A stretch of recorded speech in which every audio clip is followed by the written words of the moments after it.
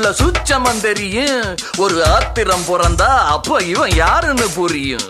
அட பட பட பெண்ண ஆட்டி கெட்டுமா பொடி பட ஒன்னு ஒரு கட்டுமா. ஒத்திரி பச்சா கத்திரி வச்சா ஒதுங்கிக்க ஒளிஞ்சிக்க ஓ இடுப்புல போடுல ஒக்காத்தி ஒன்ன நான் முக்காடு போட வைப்பேன். சாந்து பொட்டு ஒரு சந்தன பொட்டு எடுத்து வச்சுக்க மாமா.